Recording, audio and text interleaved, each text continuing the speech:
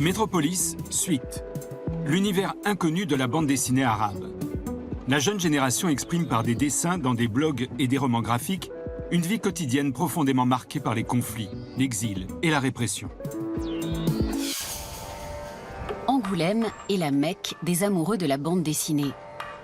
Le chemin qui relie les façades peintes des maisons est unique en son genre. De véritables histoires en images embellissent un béton plutôt ennuyeux d'ordinaire. Le musée de la BD est le centre incontournable du festival.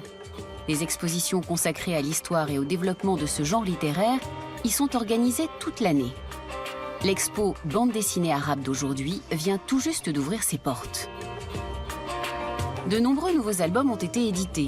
L'univers des auteurs arabes s'étend de l'Irak à l'est au Maroc à l'ouest. Lina Gaïbé, elle-même auteure, est une spécialiste de cette production.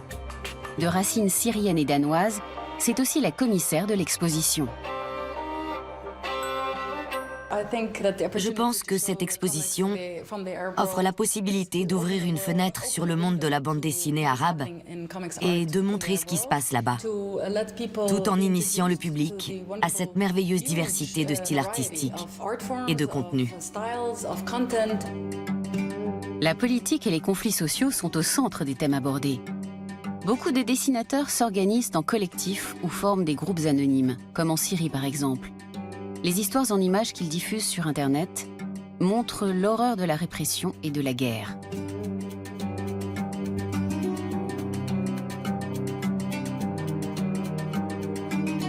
Cette histoire-ci, une rafle dans un bus syrien, a été mise en ligne sur Facebook. Le jeune homme n'a pas de passeport valable. Une voyageuse le sauve d'un réel danger. Elle prétend qu'il est son fils.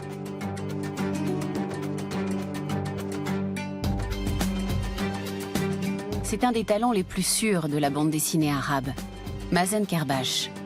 Ce Libanais a développé un style de dessin ambidextre très personnel. Son œuvre est représentée par plusieurs galeries internationales et les contraintes politiques ne l'empêchent pas de communiquer. Et ça pousse l'auteur à trouver des moyens pas très classiques, donc à expérimenter avec des moyens et à faire parvenir un message par là ou par en dessous. Donc c'est pas bien sûr, la censure c'est affreux, mais ça pousse vraiment à... Ce manque de liberté pousse à trouver la liberté quelque part d'autre dans le travail. Il pratique l'humour et l'autodérision. Les Occidentaux le voient comme un arabe, les Arabes le prennent pour un chrétien et les chrétiens pour un athée. Mais son graphisme le montre simplement comme un être humain. Pour se jouer de la surveillance de l'État, certains dessinateurs censurent d'avance eux-mêmes leurs textes. Comme Mazen Kerbash, Lena Meresh vit à Beyrouth.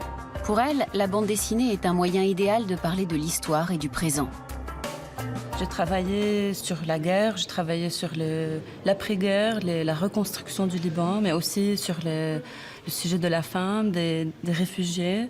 C'est quelque chose qui fait partie de ma vie. C'est pas vraiment un choix ou une position, mais ça fait partie de tous les jours. À Beyrouth, elle a rassemblé autour d'elle un groupe de dessinatrices et de dessinateurs. La ville abrite la plus grande diversité religieuse de tout le Proche-Orient et est l'un des pôles les plus importants de la scène arabe. Néanmoins, les années de guerre civile et les tensions liées au conflit syrien caractérisent la vie quotidienne. Les images de Lena Meresh montrent ce qu'elle a vécu en tant que jeune fille. Elle garde le souvenir des victimes civiles. En parcourant l'exposition, on constate une grande diversité de contenus. Il n'y a pas que des thèmes politiques. La vie privée et l'intimité sont aussi abordées, ce qui peut paraître surprenant aux visiteurs européens. Joseph Caille, par exemple, se consacre au droit à vivre librement sa sexualité et à l'homosexualité. Certains pays sont plus sensibles à des questions reliées justement à l'expression sexuelle. Donc ce sont des questions qui ne sont pas abordées d'une façon frontale, mais qu'on pourrait quand même suggérer dans nos travaux. En tout cas, en ce qui concerne Beyrouth, c'est une ville qui n'est pas très grande, mais où quand même il y a beaucoup d'activistes, où la société civile est très présente.